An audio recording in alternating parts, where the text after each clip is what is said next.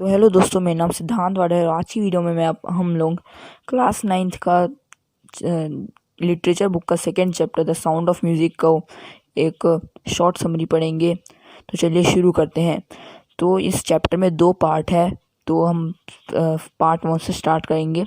Part 1 में ये part एक स्कॉटिश गर्ल के ऊपर है जिसका नाम है एवलिन ग्लेनी। उसको म्यूज़िक बहुत पसंद था और अपनी लाइफ को वो बहुत ही स्लोली जीना चाहती थी। एवलिन अपने सेंस ऑफ हियरिंग को खो गई जब वो 8 साल की थी, तब यह पहली बार यह नोटिस हुआ था। और जब वो 11 साल की हुई तो वो कम्प्लीटली डीफ हो गई थी, यानी वो कम्प्लीटली सुन नहीं सकती थी अपने नर्व डैमेज के कारण। उसको म्यूज़िक में बहुत ही ज़्यादा इंटरेस्ट था। एक दिन उसने एक लड़की को देखा जो कि ज़ाइलोफ़ोन बजा रही थी और उसने डिसाइड किया कि वो भी ज़ाइलोफ़ोन को बजाएगी। बहुत से टीचर्स ने उसे डिस्करेज किया, लेकिन एक परक्यूशनिस्ट यानी वो होता है जो तबला और ड्रम दोनों बजाता है, और एक परक्यूशनिस्ट था जिसका नाम था रॉन फोर्ब्स, जो कि उसे इनकरेज किया। उसने 2 लार्ज ड्रम्स को डिफरेंट नोट्स में बजाया, उसकी ट्यूनिंग निकाली और एवलिन उस जो ड्रम के जो नोट्स थे उसको अपनी बॉडी में फील कर पा रही थी और वो ऑर्केस्ट्रा सीखी। फिर वो यूनाइटेड किंगडम गई एक यूथ ऑर्केस्ट्रा के साथ। जब वो 16 इयर्स की थी, उसने अपनी म्यूज़िक को अपनी लाइफ बनाने का सोचा। उसने रॉयल एकेडमी ऑफ म्यूज़िक में ऑडिशन दिया और सबसे हाईएस्ट मार्क गेन किया, जो कि हिस्ट्री में किसी ने नहीं किया था उस एकेडमी के। फिर उसने ऑर्केस्ट्रल वर्क छोड़ दिया और सोलो परफॉर्मेंसेस देना चालू कर दिया। जब उसकी 3 इयर्स कोर्स ख़त्म हुआ, उसके बहुत सारे टॉप अवार्ड्स मिल चुके थे। उसने बताया कि म्यूज़िक उसके हर एक बॉडी के पार्ट में से दौड़ता है। वह उसके स्किन्स में टिंगल्स करता है, उसके चेक बोन्स पर, उसके हेयर में भी। जब वो ज़ाइलोफ़ोन बजाती है, वो जो साउंड रहता है वो उसके स्टिक्स से उसके फिंगर टिप्स पर पास होते हुए वो महसूस कर सकती है। वो सारे साउंड्स को अपने बॉडी में फील कर सकती है। और जब वो वुडन प्लेटफॉर्म में अपना परफॉर्मेंस देती है तो अपने शूज़ उतार देती है ताकि वो जो वाइब्रेशन है उसके पैरों से उसके लेग्स तक पहुँचे। एवलिन एक ऐसा परफेक्ट एग्जाम्पल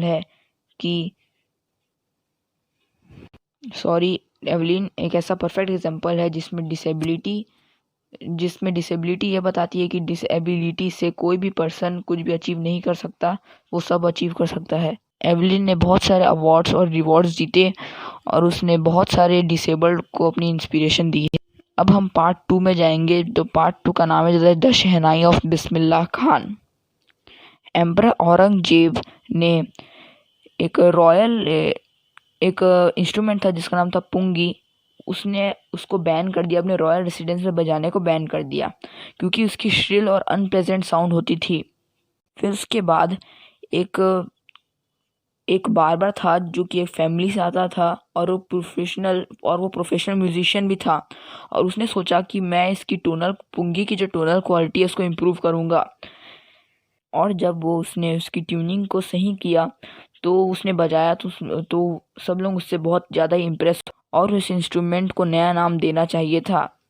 फिर वो शाह के कोर्ट में पहली बार बजाया गया था और वह एक बार्बर ने बजाया गया था, तो इसका नाम शहनाई रखा। शहनाई की आवाज़ इतनी अच्छी है कि उसे अभी भी टेम्पल्स में बजाया जाता है। वहाँ ये तो नॉर्थ इंडियन वेडिंग में भी बजाया। पुराने समय में शहनाई 9 इंस्ट्रूमेंट्स मतलब एक नौबत का पार्ट था, जो कि 9 इंस्ट्रूमेंट्स रहते हैं जो कि रॉयल कोर्ट में रहते हैं, उसका एक पार्ट था। और इस शहनाई को क्लासिकल स्टेज में पहुंचाने का क्रेडिट उस्ताद बिस्मिल्लाह खान को मिलता है। बिस्मिल्लाह खान एक अच्छे म्यूजिशियन फैमिली से आते थे, जो कि बिहार से आते थे।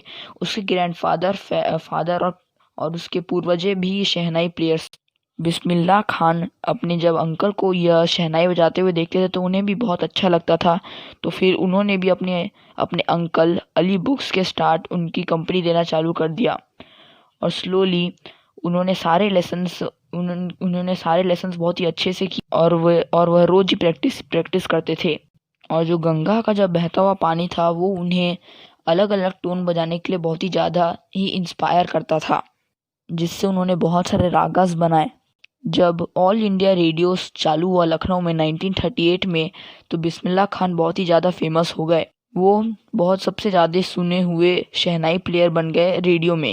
जब इंडिया को इंडिपेंडेंस मिली 15 अगस्त 1947 में, तो बिस्मिल्लाह खान ऐसे पहले इंडियन बने जिन्होंने अपने नेशन को एक शहनाई से ग्रीट किया।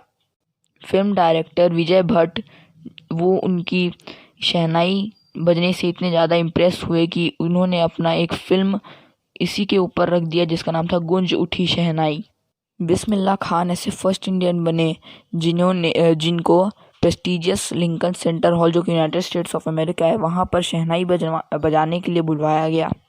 उन्होंने बहुत सारे नेशनल अवार्ड्स जीते जैसे कि पद्मा श्री, पद्मा भूषण, पद्मा विभूषण। 2001 में उस्ताद बिस्मिल्लाह खान को इंडिया का हाईएस्ट सिविलियन अवार्ड मिला जो कि था भारत रत्न। बहुत सारी कंट्रियों में भी जाने के बाद उन्हें बनारस और डुमरांव से बहुत ही ज़्यादा लगाव था। उन्होंने जबकि अमेरिका में उनके स्टूडेंट्स ने उनके अमेरिका में उस्ताद बिस्मिल्लाह खान के स्टूडेंट्स ने उन्हें कहा था कि आप यहीं पर रुक जाए, लेकिन उन्होंने नहीं रुका क्योंकि उनको और जब भी वो कहीं बाहर